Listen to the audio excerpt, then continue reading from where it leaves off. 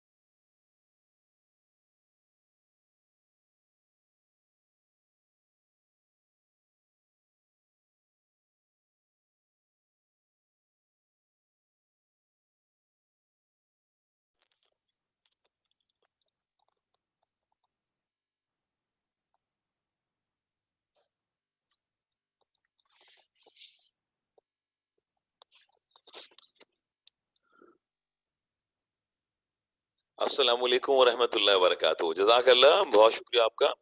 Okay बच्चों, मैंने जो चैप्टर आपको जो मैंने शुरू किया था वो ये वाला शुरू किया हुआ था, और इसके अंदर हम ये पूरा पैराग्राफ हम इसको पढ़ चुके थे यहाँ तक कि आपको याद होगा कि ये जो ये वाला हिस्सा जो पोर्शन था हम इसकी ट्रांसलेशन पढ़ चुके थे लास्ट में। ठीक है, तो लिहाजा हम पेज नंबर 133 पढ़ेंगे, पेज नंबर 133 पढ़ेंगे जो अब इसके बाद शुरू होगा। तो ये आपको मालूम होना चाहिए, यहां से मैं आपको पढ़ाऊंगा। ठीक है, तो now you will have to be careful about it, ताकि हम हमारे बच्चों को पता चल जाए कि वो क्या पढ़ रहे हैं। ठीक है, तो यहाँ पर मैं एक छोटा सा हाइलाइटर ले लेता हूँ, बल्कि मेरा जी चाहता है कि मैं इसको थोड़ा सा कलरफुल भी कर लूं तो ज्यादा अच्छा है। ठीक है, इतना चला, ठीक है, ये काम चलेगा। Anyhow, are you okay, can you hear me? बच्चों आप लोग सुन रहे हैं मेरी आवाज को ना? शुरू करें क्लास को? जज़ाकल्लाह, बता दीजिएगा जरा मुझे। यस, जा ठीक है। हाँ हाँ हाँ, तो बेटा टेस्ट के लिए मैं जरा ये कंफर्म कर लूं, क्योंकि ये लोग कैसे करते हैं मुझे जरा एक इसलिए कि आपको मैं भी बताता हूँ। ठीक है, जी जी, जज़ाकल्लाह। मैं आगे शुरू करता हूँ, फिर मैं आपसे शेयर करता हूँ कि टेस्ट के बारे में पूछ लेता हूँ एडमिन से कि वो किस तरह शेयर करेंगे। ठीक है, जज़ाकल्लाह। अच्छा, now as there were no more foreign conquest. अच्छा, हुआ क्या, जब जब आपको याद होगा कि जो वहां पर जब जो हमने दो खानदान थे एंग्लो सैक्सन, उसके बाद कोई दूसरा खानदान नहीं आया। मोर फॉरेन कॉन्केस्ट, फॉरेन का मतलब गैर मुल्की, कॉन्केस्ट का मतलब फातिहीन। अब दूसरे लोगों ने, यानी वहां पर जो और लोग तो नहीं आए, जैसे कि वो दो आए थे, तो फॉरेन कॉन्केस्ट नहीं आए ऑफ आइलैंड। ठीक है, उस आइलैंड पर और फातिहीन अभी नहीं आए। फिर क्या हुआ, the language was thenceforward, वहां से जबान आगे बढ़ी, एबल टू डेवलप, इस लायक हो गई कि आगे बढ़े, as it were under its own impetus, impetus. ठीक है, यानी खुद ब खुद तहरीक पैदा हो गई। ओन इम्पेटस का मतलब खुद ब खुद आगे बढ़ने लगी, खुद ब खुद आगे तरक्की करने लगी, उसके अंदर आगे बढ़ने का रुझान आ गया। ओन इम्पेटस, आगे बढ़ने का रुझान इंग्लिश में खुद पैदा हो गया। वो कैसे, जरा समझ लें इसको, अगर मैं नहीं समझाऊंगा तो आपको समझ में नहीं आएगा। होगा क्या कि जाहिर है जितने गैर मुल्की थे वो तो दोनों ने, उन्होंने हमला किया, अपनी जबान छोड़ दी। अच्छा, फिर क्या हुआ कि उसके बाद मजीद जबान बाहर से आना रुक गई, बाहर से आना रुक गई, है ना? जाहिर है बाहर के लोग आएंगे, हमला करेंगे, लड़ेंगे झगड़ेंगे, मिसाल अपनी जबान को तरक्की देंगे या वो बोलेंगे, तो अच्छा वो तो वो सिलसिला रुक गया, है ना? ये लिखा है ना। तो उसके बाद क्या हुआ कि फिर अपनी जबान में ओन इम्पेटस, उसकी अपनी तहरीक शुरू हो गई, अपनी हरकत शुरू हो गई, अपनी तरक्की शुरू हो गई। क्यों? क्योंकि जो अपने इलाके की जबान थी वो उसमें मिक्स हो चुकी थी, और इलाके की जबान परवान चढ़ने लगी, है ना? ठीक है, फिर क्या हुआ, there were no more radical changes, कोई खास रेडिकल चेंजेस का मतलब होता है फिर कोई खास तब्दीली नहीं, जो होनी थी हो गई, क्योंकि बाहर के लोग आए नहीं। अब समझ में आ रही, जो होनी थी वो हो गई। अच्छा, फिर एंड सो मिडिल इंग्लिश मर्ज, हाँ, फिर मिडिल इंग्लिश जो थी ना, मैंने बताया था ये क्या थी, पहले क्या थी, बिगनिंग थी, फिर मिडिल थी, अब हम एडवांस इंग्लिश की तरफ जा रहे हैं। तो मिडिल इंग्लिश जो है वो मर्ज हो गई, मर्ज होने का मतलब होता है शामिल हो गई, मिक्स हो गई, मर्ज। ठीक है, इम्प्रेसिबली क्या होता है, इम्प्रैक्टिबली का मतलब होता है यानी यानी into the earlier modern English, यानी मॉडर्न इंग्लिश जो है वो शामिल हो गई, मर्ज हो गई। किसमें मर्ज हो गई? ठीक है, मॉडर्न इंग्लिश जो है वो मर्ज हो चुकी, किसके अंदर, किसके अंदर मर्ज हो गई थी? हाँ, आपको जरा समझना होगा, तब्दील होकर, इम्प्रैक्टिबली, यानी अमली तौर पर तब्दील होकर, किसमें तब्दील हो गई थी? मॉडर्न इंग्लिश में तब्दील हो चुकी थी। सही है, यानी अमली तौर पर, यानी तब्दील होकर पुरानी मिडिल इंग्लिश किसमें चेंज हो गई थी? प्रैक्टिकल अमली तौर पर किसमें आ गई थी? मॉडर्न इंग्लिश में आ चुकी थी। और वो जमाना कौन सा था? English of Shakespeare age. वो जमाना कहाँ से शुरू हो गया? शेक्सपियर का, फिर शेक्सपियर ने तरक्की दी उसको, and then into language we speak now, और फिर वो जबान ऐसी बन गई जैसी आज हम बोलते हैं, है है ना? हम लोग जो इंग्लिश बोलते हैं, ना वो बिगिनिंग वाली बोलते हैं, ना वो मिडिल वाली बोलते हैं, बल्कि हम तो कौन सी बोलते हैं, एडवांस इंग्लिश बोलते हैं हम लोग। आज की इंग्लिश को क्या बोलते हैं, इंग्लिश एडवांस बोलते हैं। ओके बेटा, आगे चलते हैं, जल्दी जल्दी जल्दी जल्दी। ठीक है, we have so far referred by only England and not Britain। हाँ हाँ, हमने अभी तक बर्तानिया का जिक्र नहीं डाला, इंग्लैंड की बात करते रहे। अब आप मुझसे पूछें, इंग्लैंड और बर्तानिया में क्या फर्क है? असल में इंग्लैंड बर्तानिया का हिस्सा है, बर्तानिया इंग्लैंड का हिस्सा नहीं है। ये बर्तानिया में इंग्लैंड भी है, स्कॉटलैंड भी आता है, वेल्स भी आता है। ठीक है बेटा, है ना? हाँ, जहन में रखना जरा। आप, अब जब हम बात करते हैं ना इंग्लैंड की, तो इंग्लैंड का मतलब लंदन, मैनचेस्टर, ये चीजें आ जाती हैं। लेकिन हम जब बात करते हैं बर्तानिया की, ब्रिटेन की बात करते हैं, तो इसका मतलब उसमें वेल्स भी हो सकता है, उसके अंदर स्कॉटलैंड भी हो सकता है, और छोटी रियासतें उसमें शामिल हैं। वो बड़ी होके बर्तानिया क्या है, सल्तनत है। बर्तानिया क्या है, सल्तनत है। और इंग्लैंड क्या है, लंदन, इंग्लैंड क्या है, मुल्क है। सही है, समझ में आ रही है आपको? हम्म।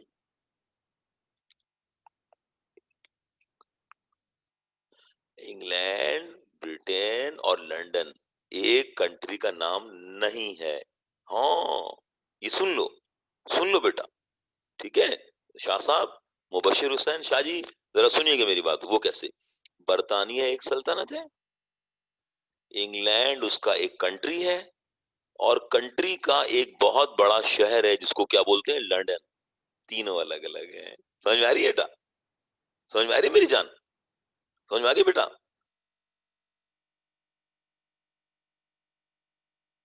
बता दे मुझे, समझ में आ गई तो। हाँ, जजाकल्ला जजाकल्ला। ठीक है, अब मेरे साथ साथ चलो। तो क्या कह रहा है, we have so far referred the only England not Britain. हमने तो इंग्लैंड की बातें की अब तक, बरतानिया की तो की नहीं। बरतानिया क्या है, डिस्टिंग्विश, अभी ये बता देता हूं मैं आपको। डिस्टिंग्विश का मतलब फर्क है, डिस्टिंक्शन का मतलब तमीज, फर्क। फर्क क्या है, is important because England is only part of बरतानिया। बरतानिया का हिस्सा है, यही तो मैं कह रहा हूँ। ठीक है, बरतानिया का हिस्सा है ना? शायान अशर, समझ में आ गई बेटा? असगर, असगर, हाँ हाँ, ठीक है। अब देखो, बरतानिया का हिस्सा है, कौन सा? याद रखना, इंग्लैंड बरतानिया का हिस्सा है। द बिगर पार्ट, हाँ बहुत बड़ा हिस्सा है। It's true, but still only part, मगर हिस्सा ही है, अलग सल्तनत थोड़ी है। वेयर एज, जहां तक के बरतानिया का ताल्लुक है, इंक्लूड ऑल्सो वेलेस, देखो वेलेस भी इसमें शामिल है, और स्कॉटलैंड भी शामिल है। The Anglo Saxon after conquering England never succeed in penetrating to these remote part. These remote part, जरा सुन लीजिए। एंग्लो सेक्शन जो लोग थे, जब उन्होंने कॉन्केरिंग किया, उन्हें फतह कर लिया इंग्लैंड को अपनी जबान के थ्रू अपनी, लेकिन बाद में इंग्लैंड में नेवर सक्सीड, कामयाब ना हो सके इन पेनिट्रेटिंग, सरायत करने में, फैलने में, सरायत करने में, है ना? जैसे खून में कोई शामिल हो जाती है तो सरायत कर जाते हैं ना, खून जिस्म में दौड़ता है, तो जगह जगह पेनिट्रेट करता है, उसे कहते हैं सरायत कर जाना। तो कहते हैं इंग्लैंड कभी भी जो ये जो दो खानदान थे, ये कामयाबी के बाद मजीद कामयाबी हासिल नहीं कर सके फैलने में, सरायत करने में, रिमोट पार्ट्स। अच्छा, रिमोट पार्ट से क्या मुराद है? ठीक है, रिमोट पार्ट से क्या मुराद है, यानी दूर दराज के इलाकों में। ठीक है, क्या मुराद है, दूर दराज के इलाकों में फैलने की जुर्रत ना कर सके, क्योंकि फिर क्या हुआ, और Britain, so that the English language we never implanted there. हाँ, जो इंग्लिश लैंग्वेज थी, फिर वो was never implanted there, implanted there. फिर क्या हुआ, जो इंग्लिश जो थी, वो, आप जानते हैं ना, आप जानते हैं कि बर्तान, ये इम्प्लांटेड से मुराद क्या है, इम्प्लांटेड से क्या मुराद है बेटा? इसको समझ लीजिए कि जन्म ना लेना, नए अंदाजे फिर जन्म नहीं लिया। उसमें क्या हुआ, इम्प्लांटेड देयर का मतलब होता है कि यानी दोबारा से उसमें कोई तब्दीली नहीं आई, और वो दोबारा से वो नाकाम, वो जो पहले वाली जबानें और शामिल होना थी वो रुक गई, उनमें वो लफ्ज शामिल होना रुक गए। वहां पर क्यों सर यासिन, क्यों? क्योंकि उनकी पेनिट्रेट ही नहीं कर पाए वो लोग। वो अपनी जो जबान में पुराने लफ्ज थे वो तो शामिल हैं आज भी, लेकिन वो जो जो पुराने स्टाइल की जो इंग्लिश थी वो आना रुक गई। हाँ, अब नए अल्फाज तो बनते हैं इंग्लिश में, हाँ, लेकिन उसमें एंग्लो सेक्शन वर्ड नहीं होते होंगे इतने ज्यादा। हाँ, लेकिन है, जर्मन लफ्ज हैं, उसके अंदर फ्रेंच वर्ड है, उसके इंग्लिश के वर्ड हैं, कबायली अल्फाज हैं, इसलिए हमें इंग्लिश मुश्किल होती है याद, क्योंकि ये जो है इसके अंदर कई जबानों की लफ्ज इसमें शामिल हैं, इसीलिए इसकी वोकेबलरी ज्यादा होती है। अब समझ में आ रही है आपको? हाँ, ठीक है। अब देखें, द इनहेबिटेंट्स यानी वहां के रहने वाले, बासी, द इनहेबिटेंट्स नोन एज गैलेट्स। हाँ, जो असल बोलने वाले थे सैलेड कहलाते थे। क्या कहलाते थे? सैलेड कहलाते थे। वहां के बासी रहने वाले जाने जाते थे सैलेड। एंड हु वर इंडिपेंडेंट, आजाद थे of English for many years, kept their own language. हाँ, एक खानदान ऐसा था जिसका नाम था सैलेड, सही है, और वो क्या था? आजाद था और उनकी अपनी जबान थी। हाँ, सैलेड, वेरियस टैलेंट, वो कई जबान बोलते थे, of which are still spoken today, उनमें से कुछ आज भी बोली जाती हैं मगर बहुत कम। In those part of Britain, in Ireland, जो कहाँ बोली जाती है? आयरलैंड में, वेलिश में, स्पोकन इन वेलिस। अब देखो, वेलिश कौन सी कहाँ बोली जाती है? वेलिस में, है ना? अब बताइए, हम ये समझते हैं कि यूरोप में इंग्लिश नहीं, आज भी बहुत सारी ऐसी जबानें हैं, जैसे हमारे पश्तो है, हमारे सराइकी है, इस तरह अंग्रेजों में बहुत सारी जबानें तब्दील होने के बाद इंग्लिश तो बड़ी जबान बन गई ना, लेकिन आज भी सैलेड खानदान के अंदर उनकी अपनी जबानें थी, जो कि आयरलैंड में बोलते थे। कहाँ बोलते थे? आयरलैंड। एमसीक्यूज बता रहा हूँ मेरी जान, हाँ नोट कर लो, बड़ी मेहनत से पढ़ा रहा हूँ, खुदा की कसम। ये मैं इतनी मेहनत से, मैं चाहता ना मैं आधे घंटे में पढ़ा दूं चैप्टर आपको, लेकिन मुझे पता है आप लोग हाँ में हाँ करते रहेंगे, समझ में कुछ भी नहीं आएगा। हाँ, हाँ, बिल्कुल बिल्कुल बिल्कुल।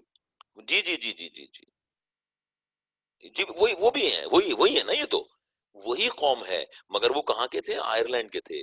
और क्या बोलते थे? बरतानिया का हिस्सा तो थे, मगर आयरलैंड कमजोर है ना, बरतानिया बदमाशी है बरतानिया के अंडर में, बरतानिया के अंडर में, लेकिन उनकी अपनी जबान थी। और वेलिश कहाँ बोली जाती है? वेलिस में। एमसीक्यूज में आएगा, वेलिस कहाँ बोली जाती है? वेलिश, वेलिस में, ठीक है। और अच्छा, और उस वो बोलेंगे कि मिसाल के तौर पे बरतानिया के लोगों की अपनी जबान, साइलेंट कौन सी जबान बोलते थे? आयरिश बोलते थे आयरलैंड के अंदर। और क्या ये बरतानिया का हिस्सा है? बोले अंडर में उसी के ही है, ठीक है। अब उसके बाद कहते हैं silent is the Scotland, Scotland, in ये साइलेंट कहाँ पर है? ये स्कॉटलैंड के अंदर है। अब बता, स्कॉटलैंड कहाँ है? बरतानिया के बरतानिया के अंदर है। बरतानिया की मुख्तलिफ छोटी छोटी रियासतें, छोटी तो नहीं कहूंगा, लेकिन बहरहाल है उसका हिस्सा। एंड एरिस इन आयरलैंड, ये देखें, ये भी एक कबीला है जो क्या बोलता था? आयरलैंड के अंदर मौजूद है, और एरिस इस जबान का जबान नाम है। ये छोटी छोटी जबानें हैं, वेलिश जबान है, एरिस जबान है, सैली के खानदान था जो स्कॉटलैंड के अंदर मौजूद था, जो स्कॉटिश कहलाती है, वो मौजूद है। अ फोर्थ सैलिड डायलेक्ट, अ फोर्थ सैलिड डायलेक्ट, कॉर्निश, चौथी जबान। कौन सी? सैलेड की जबान, ये है सैलेड के छोटे छोटे टुकड़े, और इसका नाम है कॉर्निश। क्या? Used to spoken in the south west corner of England, south west corner of England, ठीक है, ठीक है। अच्छा, आवाज कट रही है मेरी? मैं, अच्छा मैं इसको दोबारा, मैं देखिए, देखिए, अब देखिए, कॉर्निश कहाँ बोली जाती है? South west corner of England, ये सारे एमसीक्यूज हैं। अच्छा, वेलिश कहाँ बोली जाती है? वेलिस के अंदर। अच्छा, और आयरलैंड के अंदर जो है वो कौन सी है? ब्रिटेन के अंदर वो सैलेड खानदान है, वो आयरिश बोलता है। सैलेड एक और खानदान है, वो स्कॉटिश भी बोलता है। कॉर्निश कहाँ बोली जाती है? ये sir south west corner of England, यानी इंग्लैंड के अंदर साउथ वेस्ट कॉर्नर के अंदर जो इलाका है, वहां उन इलाकों में ये जबान बोली जाती है। कौन सी वाली सर यासीन? कॉर्निश। तो क्या ये एमसीक्यूज की तैयारी हो रही है ना आपकी? हाथ के हाथ, अगर हाथ के हाथ पढ़ा रहा हूं आपको, but in become extinct about 200 years ago, ये देखिए। हाँ, एक्सटेंट का मतलब क्या है? एक्सटेंट का मतलब होता है नापैद होना। एक्सटेंट का मतलब क्या होता है? नापैद होना। 200 साल पहले ये जो जबानें हमने बताई हैं, ये नापैद हो गई। क्यों? क्योंकि बरतानिया का असर आ गया, गोरे आ गए, शादियां हो गई खानदानों में, फिर वो गोरे फैलते फैलते फैलते आयरिश दब गई, अच्छा कॉर्निश दब गई, अच्छा फिर उसके अंदर जो है वेलिश, जो है वेलिश जबान दब गई। तो ये जबानें कहाँ चली गई सर यासीन? 200 साल पहले कहाँ गई? दब गई, दब गई, ठीक है। बात समझ में आ रही? क्यों सर यासीन? क्योंकि बरतानिया ने अपनी हुक्मरानी सल्तनत जो है वो फैलाते फैलाते फैलाते पूरा यूरोप उसके उस कॉर्नर तक चली गई। तो ये तो बेचारे छोटे-छोटे जगहें थी, तो ये उनके अंडर में आ गई। जब अंडर में आ गई, तो उनकी ज़बान ही सीखेंगी ना जो बड़े लोगों की, है ना? गरीब क्या करेगा बेचारा? अब समझ में आ रही है आपको? अब आगे चलते हैं। Anglo Saxon is now of course a dead language. लो भाई लड़को, ये मुर्दा जबान है, अब नहीं है। But a good deal of its vocabulary has survived. इसका बहुत बड़ा हिस्सा हमारे पास मौजूद है।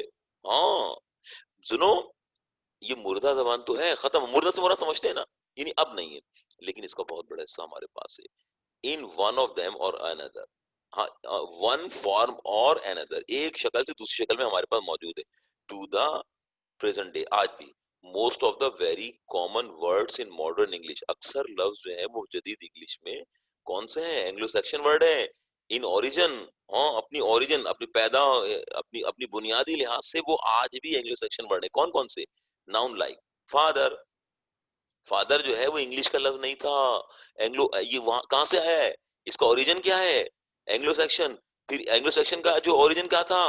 जर्मनी। जर्मनी से फिर उन जगह उन्होंने इन्वेडर्स आए, बनकर आए, हमले किए, फिर वहां पे इन्होंने कॉन्केस्ट बन के हमले किए, और फिर वहां से वो शामिल हो गया फादर इंग्लिश के अंदर, मदर इंग्लिश में आ गई, फूड आ गया, ड्रिंक आ गया, बेड आ गया, हंगर भूख आ गया। Most of in preposition in conjunction, बहुत सारे बतौर प्रीपोजिशन इस्तेमाल होते हैं, बहुत बहुत सारे कंजक्शन, उर्फे जारिया जिसे कहते हैं उर्दू में, उर्फे जारी के तौर पे इस्तेमाल होते हैं।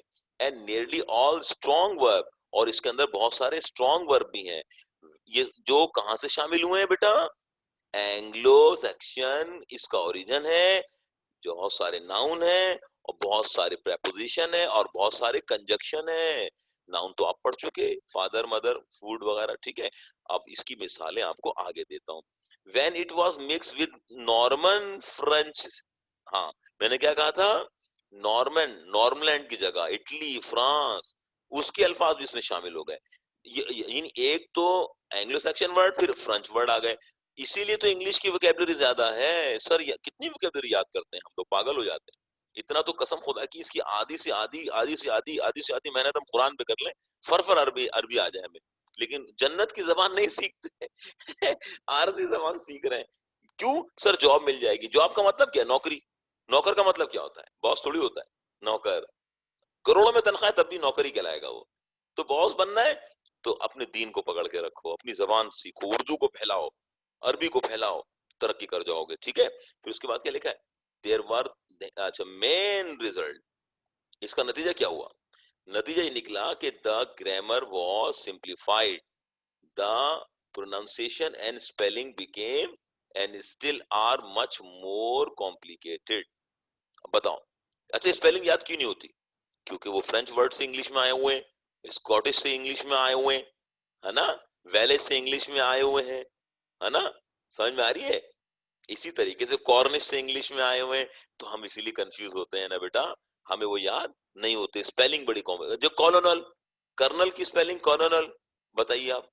लेफ्टिनेंट की स्पेलिंग कितनी मुश्किल है। क्यों सर यासीन? क्योंकि जाहिर है, क्योंकि ये चरबा है, मुख्तलिफ जबानों का चरबा है, ये हमें याद करना पड़ता है। And the vocabulary was enormously का मतलब बहुत ज्यादा है। बेटा सेंटर कब से ऑन होंगे उबैद? उम्मीद है जब से ये, हम तो चाह रहे हैं आज से ही खुल जाए, है ना उबैद? लेकिन बेटा क्या करें, 15 से इंशाल्लाह दुआ करें कि ये कोचिंग सेंटर खोलने का नोटिफिकेशन भी आ जाए, स्कूल भी खुल जाए, है ना। बोर हो गए यार घर बैठे बैठे यार, है ना। मजा नहीं आता, जो मजा आता है ना फिजिकल क्लास में, है ना, पढ़ने में। इंशाल्लाह खुलेगा, इंशाल्लाह खुलेगा, ठीक है। उबैद आएगा, है ना, मुबशिर हुसैन आएगा, है ना, जयाम सिद्दीकी आएंगे, इंशाल्लाह मिल के फिर गपशप लगा के पढ़ा करेंगे, है ना। खूब प्यार मोहब्बत से पढ़ेंगे, ठीक है, इंशाल्लाह। और अभी भी हमने कोशिश की है, मैं आपसे बाखुदा बता रहा हूँ, मैंने पूरी ईमानदारी से आपको एक एक लफ्ज की मीनिंग बता के आगे लेके चल रहा हूँ, मैं काम नहीं खींचूंगा, क्योंकि मुझे अल्लाह को जवाब देना है। मेरी कोशिश है कि मैं आपको समझा पाऊं। तो देखो बेटा, कि इसीलिए वोकैबुलरी इसकी इनॉर्मसली का मतलब बेइंतहा, एक्सटेंडेड का मतलब बढ़ गई, है ना। इसकी वोकैबुलरी बढ़ती गई, इंशाल्लाह इंशाल्लाह आपको नजर आ गया कि इसका मतलब क्या हुआ, कि वोकैबुलरी बढ़ती गई, क्योंकि इंग्लिश के साथ दूसरे, French is a Latin language, फ्रांसीसी एक लैटिन लातीनी जबान है, लैटिन का मतलब लातीनी, फ्रेंच जो है वो इंग्लिश नहीं है, वो लैटिन जबान है। Of the major part of the vocabulary are in now Latin origin. हाँ, is now in Latin in origin. अब हमारे यहाँ लैटिन लैंग्वेज भी आ गई, बताओ। That is also a reason why we have so many synonyms. हाँ, synonyms किसे कहते हैं? एक जैसे अल्फाजों को। आज हमारे पास बहुत सारे सेनोनियम है। क्यों? क्योंकि लैटिन भी आ गई इंग्लिश के अंदर, इंग्लिश के अपने भी आ गए। इन पेयर ऑफ वर्ड्स, अब देखो सुनिए, जैसे मिसाल के तौर पे वेडिंग का मतलब शादी होता है ना, मैरी का मतलब भी शादी है। अबे भाई तो एक ही दे दो ना हमें, शादी तो एक ही हो रही है ना कम बखत, दूसरी थोड़ी हो रही है। ठीक है, लेकिन मुसीबत ये है कि हमारे यहाँ वेडिंग का मतलब भी शादी है, मैरी का मतलब भी शादी है। क्यों सर यासीन? अबे भाई इंग्लिश के अंदर मुसीबत आ गई ना, इसीलिए याद मुसीबत हमारी है। दो लफ्ज याद करो शादी के लिए, हैं? याद दो करो अल्फाज शादी के लिए, शादी एक करो। ठीक है। ठीक है। अब आगे देखें, फैट, फैट माने मोटा। ठीक है। ठीक है। कॉर्पुलेंट मोटा, लिवली लाइवली जिंदा। अच्छा, वेकेशन जिंदगी, मिसाल है। And the first word is the divert from the Anglo. पहला लफ्ज कहां से है? यानी ये एंग्लो, एंग्लो सेक्शन वेडिंग। और दूसरा कहां से? लैटिन। ये कौन सा है? लैटिन। ये लैटिन वर्ड है। हर लफ्ज जो हमने पेयर बताया ना आपको, पहला लफ्ज कौन सा है? Anglo Saxon. और दूसरा कहां से है बेटा? लैटिन। ठीक है, ये बताओ, ये मुसीबत है हमारे लिए। ठीक है, उसके बाद देखो, a language never stand still. जबान रुकती नहीं है, साकिन नहीं रहती। इट ऑलवेज चेंजिंग, हमेशा चेंज होती रहती है, डेवलपिंग, तरक्की करती रहती है। देयर चेंजेस आर रैपिड, ये चेंजेस बहुत तेजी से होती हैं। इन प्राइमिटिव, ठीक है, सोसाइटीज, इन प्राइमिटिव, प्राइमिटिव सोसाइटीज। अच्छा,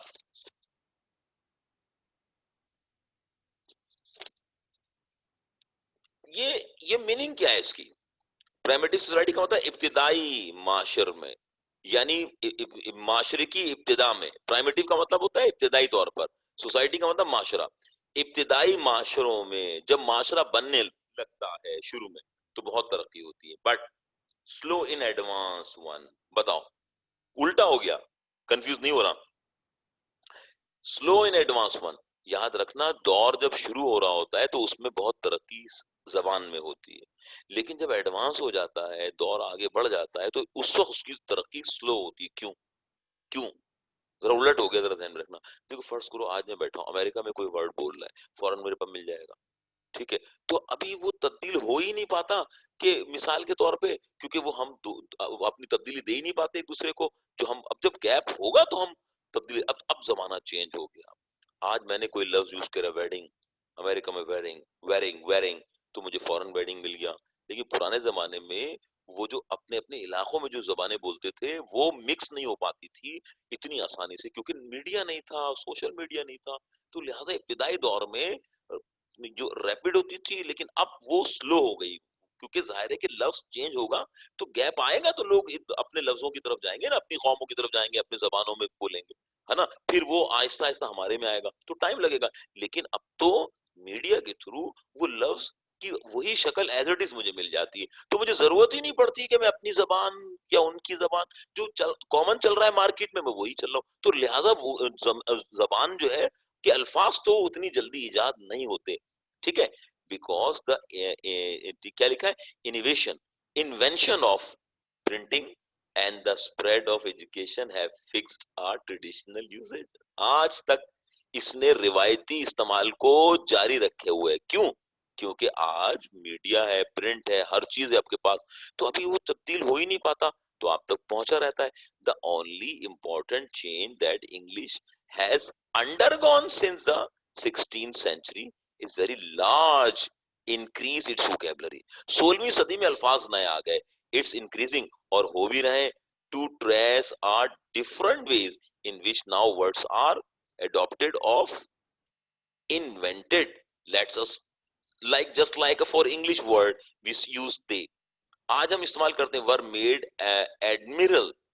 आज बहुत सारे अल्फाज हैं जो, देखिए बात सुने, वोकैबुलरी बढ़ गई, लेकिन बहुत सारे अल्फाज ऐसे हैं जो हम मुख्तलिफ जबानों से सीख रहे हैं। मसलन एडमिरल, नेवी का सरपरस्त आला, उसे क्या बोलते हैं? एडमिरल। याच, कश्ती, तेज, सैंडविच, आप खाते हैं ना ये, टेलीविजन, ये इंग्लिश के अल्फाज नहीं हैं, ये सारे इंग्लिश के अल्फाज नहीं है, मगर अब इंग्लिश में आ गए हैं, आ गए हैं। ठीक है? तो अच्छा, अब बेटा मैं आपके चूंकि अभी मेरे पास सिर्फ मुझे 5 मिनट दे देंगे हम, अगर मगरिब की नमाज पढ़ लें, कैसा है ना? कज़ा भी नहीं होगी, जल्दी से पढ़ लेते हैं, ठीक है? 5 मिनट का गैप देंगे आप, बल्कि 7 मिनट का ना, क्योंकि बीच में वो 2 रकात सुन्नत भी पढ़ेंगे, ठीक है? और नफिल भी पढ़ लें, जैसे आपको लगे। तो मुझे एक दो जरा कुछ टाइम देंगे, आप नमाज पढ़ते हैं, मैं भी और आप भी, क्या ख्याल है ना? अल्लाह राजी हो जाएगा, अल्लाह राजी हो जाएगा, है ना? शाबाश, मैं फिर यहीं से शुरू करता हूँ, ठीक है? अभी शुरू करता हूँ। अस्सलाम वालेकुम व रहमतुल्लाहि व बरकातहू।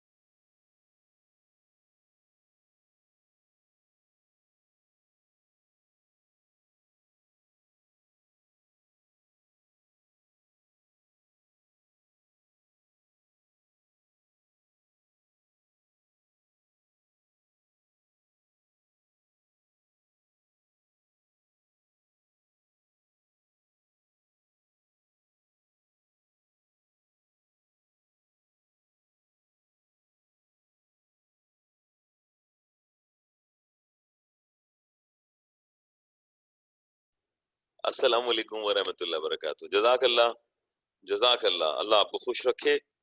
अब देखिए बहुत सारे अल्फाज है ना, वो इसके इंग्लिश के नहीं है ना, है ना? आपने सुन लिया होगा। जैसे मिसाल के तौर पर आप अब जरा देखिएगा, एडमिरल, एडमिरल, याच, सैंडविच, टेलीविजन। हम इसकी तरफ चलते हैं, ठीक है? इसको लेके पढ़ते हैं ताकि हमें ये क्लियर हो जाए कि ये किस चीज के अल्फाज हैं, ठीक है? अब मैं आपको एक बात बताऊं, जैसे मिसाल के तौर पर, अस्सलाम वालेकुम सर, एक मिनट बेटा, मैं एक मिनट के लिए जरा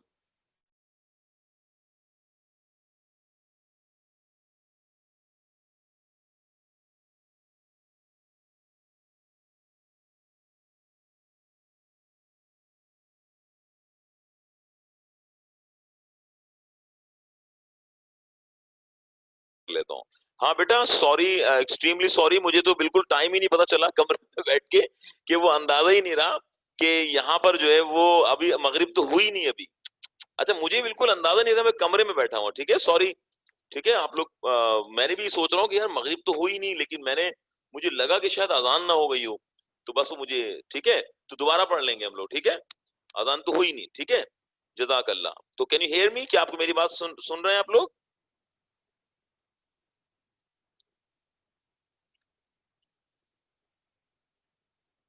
ठीक है जनाब, ठीक है, ठीक है बेटा। तो अब हम इसको इसको कंटिन्यू करते हैं, ठीक है? जैसे इसको हम कंटिन्यू करेंगे तो फिर आगे शुरू कर देते हैं। अब देखिए, इसमें अगला पेज क्या लेते हैं, ये देखिए आप, ठीक है? ठीक है जनाब, जनाब। अब देखिए मिसाल के तौर पर, ये एक हमारे पास ये वाला,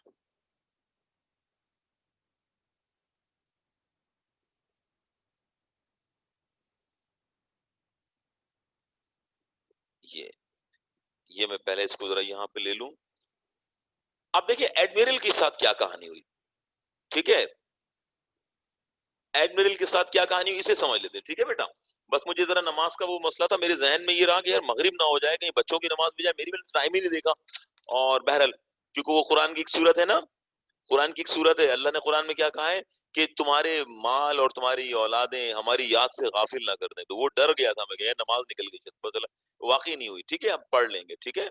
ठीक है, असर की अगर नहीं पढ़ी किसी ने तो वो जरूर पढ़ ले, क्योंकि असर की तो जाहिर हो चुकी है और एंड हो रही है, बिल्कुल, है ना? जज़ाकल्लाह। क्योंकि इसकी क्लास के अंदर मेरी जिम्मेदारी तो है बताना बच्चों को, नमाज का फर्ज है मेरा ना, अल्लाह मुझसे पूछेगा। हाँ, लेकिन मगरिब का टाइम नहीं हुआ था, ठीक है? अब देखिए बेटा, क्या लिखा है, एडमिरल। अब आप एडमिरल को सीख लें, ठीक है? Admiral was introduce into English from French in 15। लो भाई एमसीक्यूज, 15वीं सदी में ये फ्रेंच से आया था। कहां आया था? फ्रेंच से इंग्लैंड में आया। हाँ, एडमिरल, ठीक है, फ्रांस से आया, लेकिन कब? 15 सेंचुरी में। इट वॉज स्पेल्ड एमिरल, इसको क्या बोलते थे? Admiral. And was divert from the French, और ये फ्रेंच जबान का एक वर्ड था जिसको क्या बोलते थे? एमिरल। क्या लिखे थे? एमिरल। फिर एमिरल से ये शुमार हुआ कंपाउंड अरबिक वर्ड। अच्छा, ये फ्रेंच में भी अरबी और फ्रेंच का वर्ड था। ये अरबिक और फ्रेंच का एक कंपाउंड वर्ड था, किसका? क्या था? एमिरल।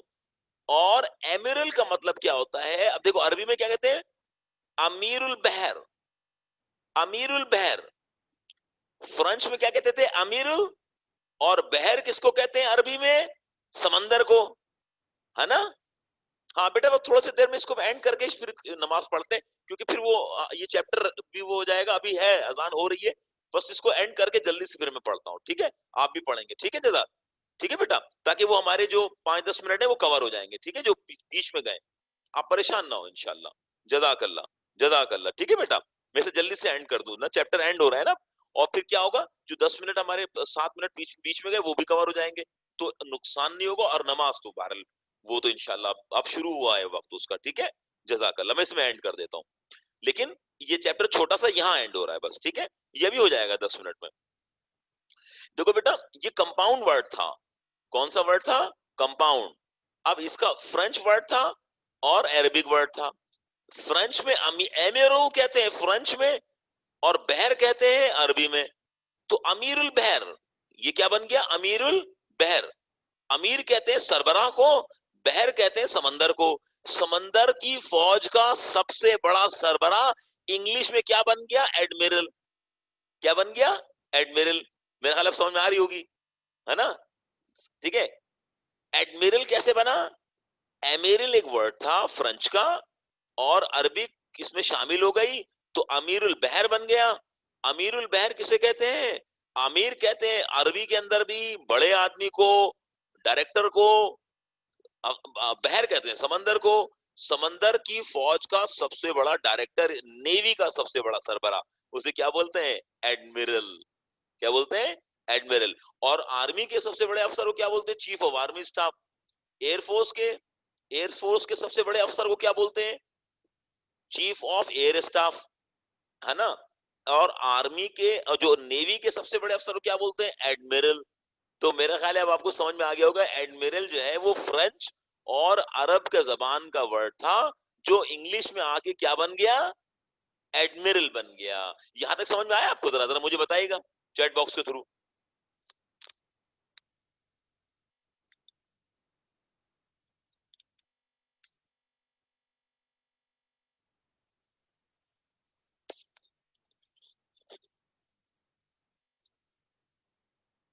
ठीक है जनाब, ठीक है, जज़ाकल्लाह।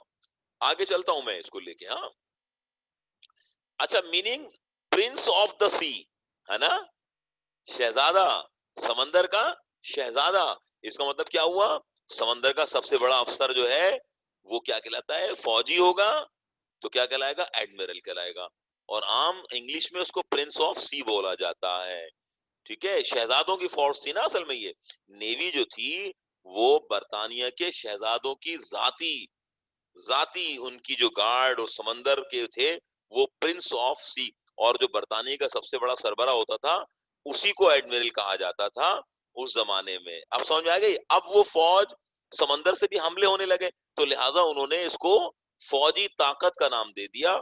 और वो नेवी का नाम आपके पास सुनने को आता होगा। उस नेवी के सबसे बड़े अफसर को क्या बोलते हैं? एडमिरल।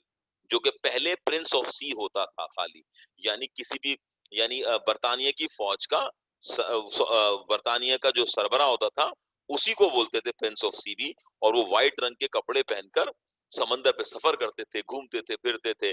तो लेकिन अब चूंकि समंदर से हमले होने लगे एक दूसरे की मुल्कों पर, तो लिहाजा अब इसको फौज का दर्जा दे दिया गया। अब चलते हैं आगे। Sometime later, certain misguided English scholar look at this word. उन्होंने, अच्छा, भटके हुए स्कॉलर, अंग्रेजों के भटके हुए स्कॉलर, जिन्हें खुद इंग्लिश नहीं आती थी, वो एज्यूम, उन्होंने तस्वुर कर लिया that it was corruption of the Latin word admire. वो ये समझे कि ये एडमायरी है, जबकि लफ्ज क्या था? एमिरल था। लफ्ज क्या था उनका? एमिरल। वो समझे लातिनिया लैटिन वर्ड है एडमायरी, मीनिंग वंडर, एड हैरान होना। प्रोसीड टू द रिप्लेस, उस उन्होंने इसकी जगह इसको, इस लफ्ज को समझा। वो समझे एडमायरी है, और एडमायरी इन्हें लिखना नहीं आ रहा, इन्होंने एमिरल लिख दिया। तो वो गलती से दे थॉट डी, उसके अंदर डी। अच्छा, यहां पर एल लगा हुआ है, एमिरल में क्या लगा हुआ है? एल। और लातीनी जबान में क्या था? एडमायरी। तो उसके अंदर क्या मौजूद था? डी। इसके अंदर क्या था? डी। ठीक है। तो वो गलती से डी वो समझे कि लगाना भूल गए, अंग्रेज ये समझे, तो उन्होंने द फर्स्ट सिलेबल के अंदर डी लगा दिया, एडमिरल बना दिया। तो सो दैट इज कंफ्यूजन, इस कंफ्यूजन की बिना पे इन्वॉल्विंग थ्री लैंग्वेजेस। तो इसमें कितनी जबानें शामिल हो गई? थ्री, अरबिक, लैटिन और फ्रेंच। तीनों मिलकर ये लफ्ज क्या बन गया? एडमिरल बन गया। एडमिरल बन गया। We have the present word admiral. ये डी कहां से आया? लातीन जबान से। ठीक है। और एमिरल कहां से आया? फ्रेंच से। और अरबी का क्या लफ्ज था? अमीरुल बहर। तीनों लफ्ज मिले तो क्या बन गया? एडमिरल बन गया। ठीक है बेटा, आपको समझ आ गया यहां तक? अब आगे चलो मेरे साथ।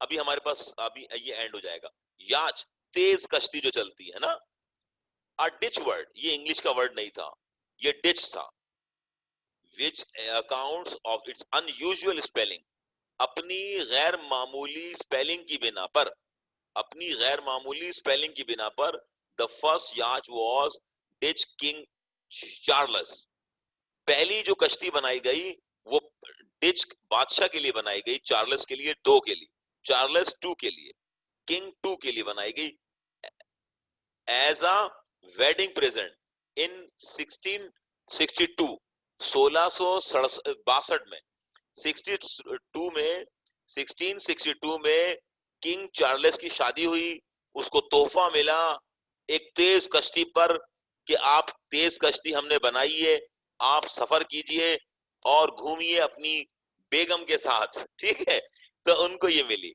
The name is divert from the Dutch, a word of hunting, और ये याज का मतलब क्या था, हंटिंग, शिकार करना, ठीक है, ठीक है, और एन याच वर टू नेम देयर स्पीड, और याच क्या बोलते हैं, तेजी से सफर करने वाली ऐसी कश्ती जो शिकार के लिए इस्तेमाल की जाती थी, उसको याच बोलते थे, और अंग्रेजी में बोट बोलते हैं अब, लेकिन याच जो है वो तेज कश्ती को बोलते हैं, और ये अब इंग्लिश में शामिल हो चुका है ये वर्ड, लेकिन इसकी स्पेलिंग आपको याद क्यों नहीं होती, जरा मुश्किल है ना, बोट की स्पेलिंग आसान है, लेकिन याच एक लफ्ज, चूंकि ये कौन सा लफ्ज है, डिच है, तो as a matter of fact many of natural word are come from ditch, कई लफ्ज ditch से आए, just the many of words connected with music and painting one from Italian, बहुत सारे लफ्ज हैं पेंटिंग में आ गए, और बहुत सारे लफ्ज म्यूजिक के अंदर आ गए, तो जिनका म्यूजिक बजाते थे उन्हीं का लफ्ज ले लिया, जिनकी पेंटिंग पसंद करते थे उनके लफ्ज ले लिए, जो कि कहाँ के थे, इटली के थे, लिहाजा इसमें इटालियन वर्ड जो है म्यूजिक में बहुत है, पेंटिंग में बहुत है। याद जो है कहां से आया, डिच से आया, एडमिरल कहां से आया, तीन जबानों से आया, ठीक है, फ्रेंच, अरेबिक, और कौन सा वर्ड था, ठीक है, लैटिन। आगे चलो, सैंडविच कैसे बना समझे, सैंडविच कैसे बना, एक आदमी था जो जुआ खेलता था, वो ना उसने बना दिया, वो कैसे, वो चाहता था जब मैं जुआ खेलूं तो मैं जब खाना खाऊं तो मैं डिस्टर्ब ना हो, खाना गिरे ना, सालन ना गिरे, मिसाल के तौर पर उसने क्या किया, ब्रेड के अंदर रख के अब जुआ भी खेलता रहा, और एक ऐसी सैंडविच बना दिया पीसीस के ऊपर, खाना लगा के खाने लगा, जो गिरता नहीं था, इजी टू ईट हो गया, उससे सैंडविच बन गया, उसने बनाने वाले ने इसको नाम सैंडविच बना, अब जरा सुनिएगा, which is now no longer a purely English word, ये अभी इंग्लिश का वर्ड नहीं है, बट ऑलमोस्ट इंटरनेशनल हो गया है, ये इंटरनेशनल लफ्ज बन चुका है, comes from the fourth of earl of Sandwich, ठीक है, ये एक आदमी था, इसका नाम क्या था, एरल ऑफ सैंडविच, ये नाम है उसका, और ये कब मरा, 1792 में, बताओ, ये आदमी था जो 1792 में मरा, हु इन्वेंटेड दिस, ठीक है, particular form of quick meal, quick meal का मतलब फौरन तैयार होने वाला खाना, है ना, जाहिर है इसमें मेहनत नहीं है ना, गलाने की जरूरत नहीं है, कुछ डबल रोटी रखो, कुछ भी रख दो, सैंडविच बन गया, so that he could go on gambling, उसने बोला कि जल्दी खाना बनाने की एक ही तरकीब है कि हम सैंडविच बना लेते हैं, गैम्बलिंग कहते हैं खेल को, ताकि मैं अपना खेल जारी रख सकूं और डिस्टर्ब ना हूं, all through the night without stopping for dinner, मुझे रोकने की जरूरत ही नहीं, डिनर पूरी रात जुआ खेलूं, गेम खेलूं, और आराम से डबल रोटी पे कुछ भी रख के खा लो, सैंडविच बन गया। Many names of things are fact taken from the name of for their first inventor, बहुत सारे नाम ऐसे हैं जिनको उनके नाम पर रखा गया है जो इसके पहले बनाने वाले थे, तो जैसे कि आपने पढ़ा सैंडविच, एक आदमी था, उसके नाम पर सैंडविच रख दिया गया, एग्जाम्पल है इलेक्ट्रिकल टर्म्स, जैसे इलेक्ट्रिकल एक आप फिजिक्स पढ़ते होंगे, वॉट, वोल्ट, ये भी उनके नाम पर रखा है, क्यों रखा है, क्योंकि इसका बनाने वाला ये थे, है ना। आगे पढ़ते हैं, television, a typical many new scientific word which are, ठीक है, deliberately invented from the Greek and Latin word, हाँ, ये जानबूझकर इंग्लिश का लफ्ज नहीं था, टेलीविजन ये कहां से आया था, ग्रीक लफ्ज था और कौन सा लफ्ज था? लैटिन वर्ड, लातीनी जबान जिसे कहते हैं। In the case the prefix, पहला लफ्ज कौन सा है? प्रीफिक्स कहते हैं पहला पार्ट, प्रीफिक्स कहते हैं इस लफ्ज का। टेलीविजन का पहला पार्ट कौन सा है? टेली, है ना? प्रीफिक्स कहते हैं पहला, इसका पहला वर्ड कौन सा? टेली। ये कौन सा, कहां से आया? ग्रीक से आया। इसका मतलब क्या है? फार। टेली एक ग्रीक लफ्ज है, लातीनी जबान है, जिसकी मीनिंग क्या है? फार। और of the telephone, telegram, while the root version, है ना? ये कहां से आया? Root version. इसकी बुनियादें कहां से आई हैं? ये वर्जन कैसे? डाइवर्ट फ्रॉम लैटिन, ये भी लैटिन से आया। वर्ब मीनिंग टू सी, इसका मतलब क्या है? देखना। इसका मतलब क्या है? देखना। तो टेली का मतलब क्या होता है? दूर से। और विजन का मतलब होता है देखना। तो ये दोनों लफ्ज कहां से थे? ग्रीक के। और ये फिर ये दोनों को मिला दिया गया तो क्या बन गया? टेलीविजन। तो ये एक ग्रीक लफ्ज है जो दो लफ्जों से मिलकर बना है। तो आज आपने इंग्लिश लैंग्वेज की स्टोरी सुनी, अल्लाह का शुक्र है आज हमारा चैप्टर जल्दी खत्म हो गया, अल्लाह का शुक्र है। और बहुत बहुत शुक्रिया। अब आप मगरिब की नमाज के लिए जो तैयारी करें, क्योंकि मगरिब की नमाज हो गई, अब पढ़ें, मैं भी पढ़ूंगा दोबारा से, ठीक है? जजाक अल्लाह, जजाक अल्लाह। अल्लाह इस मेहनत को कबूल फरमाए, ठीक है? क्योंकि हमें नमाज की तो फिक्र थी ना, उसी के तो नंबर है। खौफ था अल्लाह का कि अल्लाह पूछेगा मगरिब के वक्त तुमने नमाज क्यों नहीं पढ़ी, तुम तो इंग्लिश पढ़ाते रहे। जजाक अल्लाह। आप पढ़ते हैं नमाज मगरिब की, ठीक है? मैं भी पढ़ता हूँ। अस्सलाम वालेकुम व रहमतुल्लाहि व बरकातुहू।